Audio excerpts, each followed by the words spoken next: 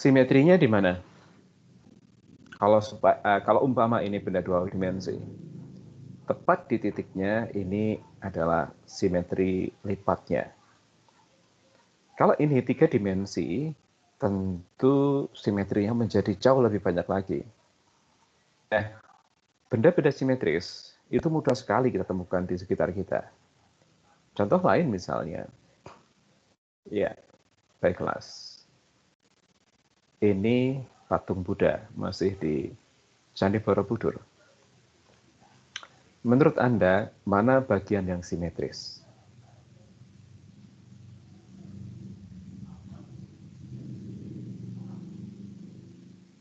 Halo kelas? Mana bagian yang simetris? Badannya. Iya, badan. Kalau Wajahnya, Pak. sekiranya, iya, kalau sekiranya kemudian kita bagi dua, ya, asumsinya ini tepat di tengah, maka ini betul-betul simetris. Ya, saya gerak lurus.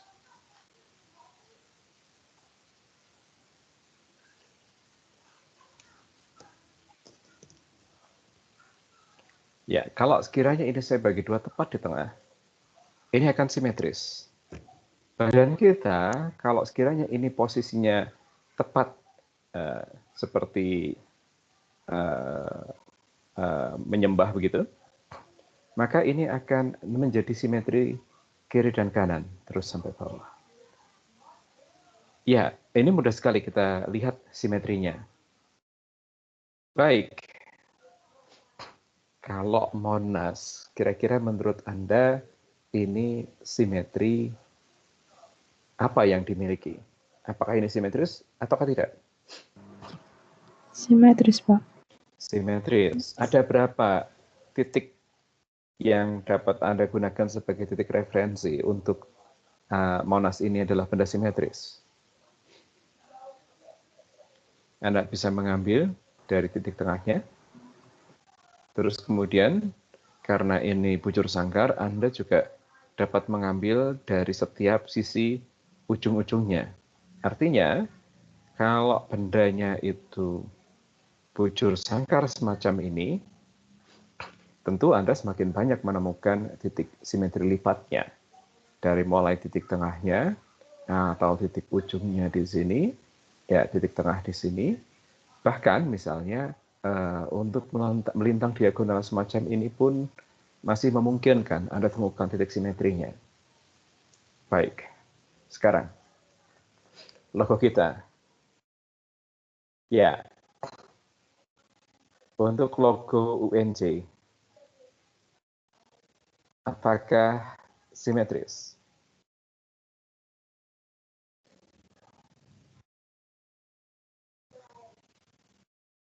Simetris, Pak.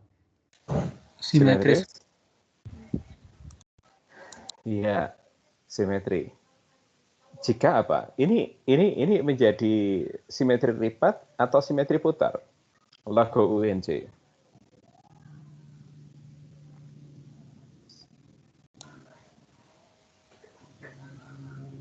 Bisa dua-duanya. Lipat.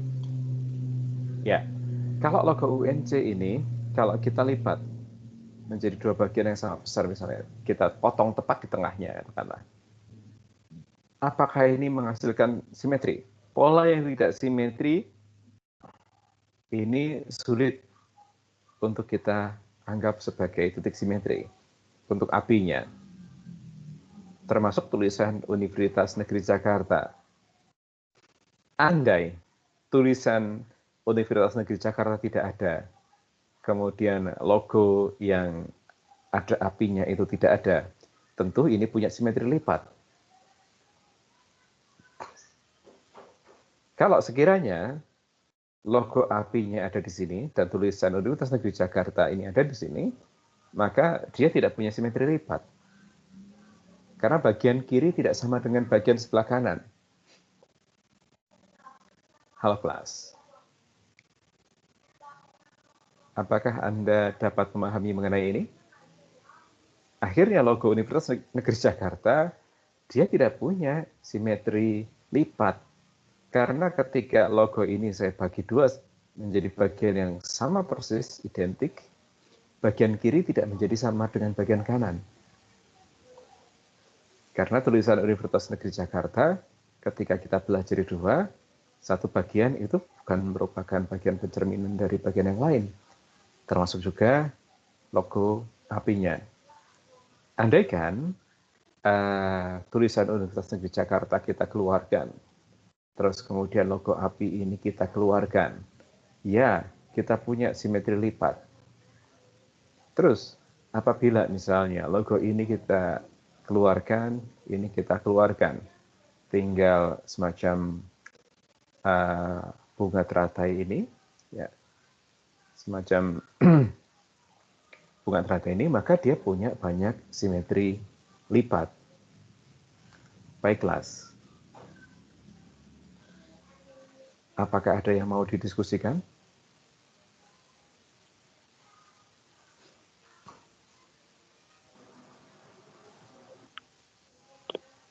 Belum, Pak. Ya, mari kita lanjutkan. Sekarang, kita lihat dalam konteks yang lebih besar lagi, bangunan ini. Bangunan-bangunan ini, apakah punya simetri ataukah tidak? Katakanlah ini saya anggap ini sebagai bangunan A, bangunan B, ini bangunan C, bangunan D, bangunan E, katakanlah, kemudian ini F, kemudian ini G, ya, kemudian katakanlah ini H, kemudian ini I, katakanlah.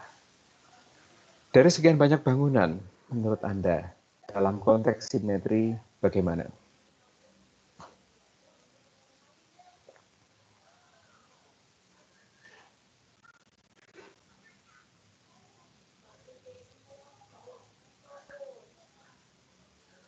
Apakah semua bangunan ini punya titik simetrinya? Tidak, Pak, semuanya, Pak. Tidak semuanya, Pak. Baik, tidak semuanya. Artinya sebagai bangunan makroskopiknya, bangunan bagian besarnya, kita mungkin akan kesulitan menemukan titik simetrinya. Tetapi kalau misalnya bangunan yang G ini kita belah jadi dua, kiri dengan kanan memungkinkan